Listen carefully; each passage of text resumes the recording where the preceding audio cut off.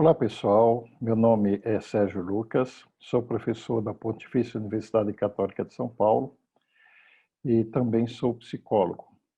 Trabalho na clínica psicológica com atendimento de adultos. Geralmente trabalho com foco em questões relacionadas à espiritualidade e religião e em questões relacionadas ao processo de elaboração do luto. Hoje, neste nosso encontro, nós vamos falar de forma bastante resumida sobre saúde mental e luto. O intuito de falar sobre essa questão é justamente porque, principalmente nesse tempo de pandemia, que para nós aqui do Brasil está durando aproximadamente 18 ou 19 meses, nós temos ouvido falar com muita frequência sobre luto. O impacto de muitas perdas, da morte de muitas pessoas, tem chegado a todos nós. E ainda que não se trate de pessoas próximas de nós, do nosso relacionamento afetivo mais próximo, mais familiar, a situação em si gera um impacto significativo em todos nós. Estamos aprendendo a lidar com essas perdas coletivas.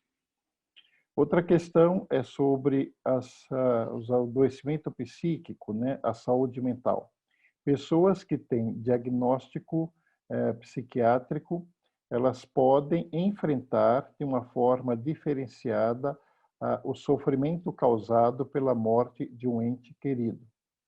Nos estudos sobre luto, geralmente nós fazemos uma classificação básica que é relacionada ao que nós chamamos de luto normal e uma outra classificação que é relacionada ao luto complicado. O luto normal não significa dizer que uma pessoa passa pela experiência com ausência de dor ou sofrimento. Não é nada disso. A pessoa que passa por um processo de luto normal, e a grande maioria das pessoas consegue passar por um processo de luto de forma normal, sem a necessidade de uma ajuda especializada para fazer a elaboração desse processo de perda.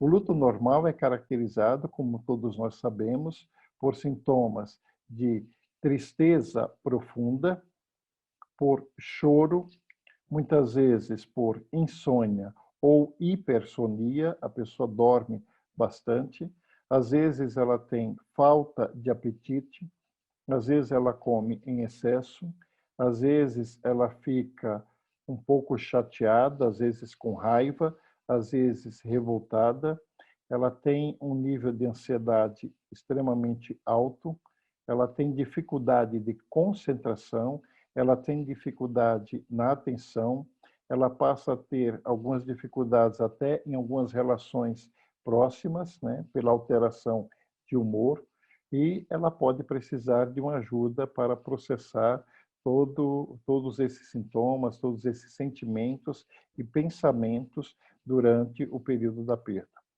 De um modo geral, a gente consegue vivenciar todas essas coisas no período aproximadamente de 6 meses a 1 ano, sem grandes prejuízos. Mas, às vezes, é necessário ter atenção para pessoas quando esses sintomas se prolongam muito no tempo ou se mostram de uma forma muito intensificada. Quando isso acontece, nós podemos estar diante de um caso de luto complicado. O luto complicado pode se dar de várias formas.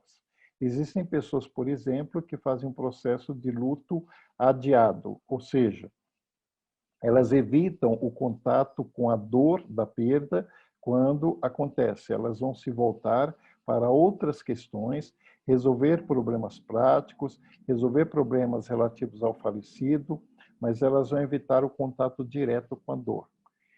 Isso pode resultar em um adoecimento tempos depois da morte, às vezes até mais de 1 ano após o falecimento, a pessoa começa a apresentar alguns sintomas físicos ou os sintomas de tristeza, de revolta, enfim, várias coisas que podem estar relacionadas à perda e que não foram vividas no momento em que aconteceu o falecimento. Existe a possibilidade também de algumas pessoas iniciarem um processo de luto antecipatório. É um processo no qual, diante da morte anunciada, a pessoa começa a vivenciar a perda, embora o ente querido ainda esteja vivo. E ela começa, então, a ter esses sintomas de tristeza, isso atrapalha a vida dela, ela não consegue resolver as coisas, porque ela começa a viver os sintomas do luto. Pode ser que essa vivência antecipada ajude com a morte quando ela acontecer, e pode ser que não. Depende de cada pessoa e também depende de uma avaliação de um profissional especializado. Pessoas que têm problemas psiquiátricos, muitas vezes elas são consideradas como incapazes de enlutar-se, de viver um processo de luto.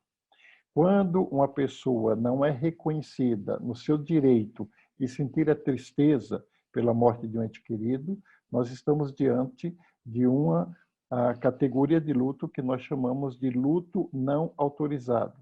Ou seja, aquela pessoa, pela sua deficiência, pelos seus problemas psíquicos, pelas suas questões psiquiátricas, ela não é vista como uma pessoa que é capaz de processar essa dor, ou seja, de ter o contato com a dor. Ela é deixada um pouco de lado. Às vezes a atenção se volta para outros membros da família e essa pessoa, devido aos problemas psiquiátricos que tem, ela não é vista dentro desse processo. No entanto, a gente precisa saber e considerar que as pessoas também que têm problemas psiquiátricos passam pela experiência de dor e de sofrimento profundo quando perdem um ente querido. É necessário que nós possamos prestar atenção à forma como a pessoa começa a se comportamentar e agir diante da perda. Ela já tem uma fragilidade psíquica, né? Uma fragilidade que é apresentada até mesmo pelo diagnóstico que lhe foi atribuído. E, além dessa fragilidade psíquica, ela vai receber o impacto pesado da morte de um ente querido. Isso pode fazer com que essa pessoa precise de um acompanhamento especializado. Também é importante que saibamos que não são todas as pessoas com diagnóstico psiquiátrico que precisam de acompanhamento para elaboração de luto. Ou seja, não são todas as pessoas com problemas psiquiátricos que desenvolvem luto complicado. Mas é importante prestar atenção nessas pessoas, né?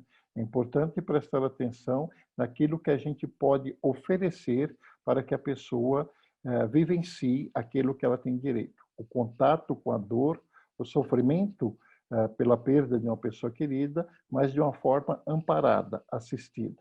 Profissionais de saúde especializados na área de luto conseguem oferecer uma boa acolhida, né, um bom suporte para essas pessoas. E é importante que nós tenhamos atenção para diferenciar essa experiência quando elas estão sendo vividas, né? Nós estamos hoje diante de várias questões complexas relativas a perdas, principalmente com a experiência da Covid, onde muitas pessoas não puderam se despedir dos seus entes queridos, né? Elas tiveram mal a possibilidade de realizar um ritual de despedida, um velório breve, e às vezes nem isso. Isso pode ser também uma razão para que a pessoa tenha dificuldades no processo de elaboração do luto. Portanto, fica aqui o nosso recado para uma atenção muito especial e necessária para pessoas com diagnóstico psiquiátrico. Elas também vivenciam luto e nós precisamos prestar atenção no comportamento, nas atitudes, na fala, para saber de que forma a gente pode ajudar essas pessoas. É lógico, de um modo geral, a maioria de nós, quer tenhamos problemas psiquiátricos ou não, a maioria de nós não precisa de ajuda para experienciar o luto. Mas algumas pessoas sim, e isso pode resultar em grave prejuízo para a saúde física e psíquica. Caso você conheça alguém nessa situação, procure um profissional especializado. um terapeuta do luto, um psicólogo do luto, um psicanalista que entenda da situação, um psiquiatra e busque orientação para lidar melhor com essa situação. Agradeço a sua atenção e que possamos juntos trazer melhores formas de cuidar de todos nós, uns dos outros.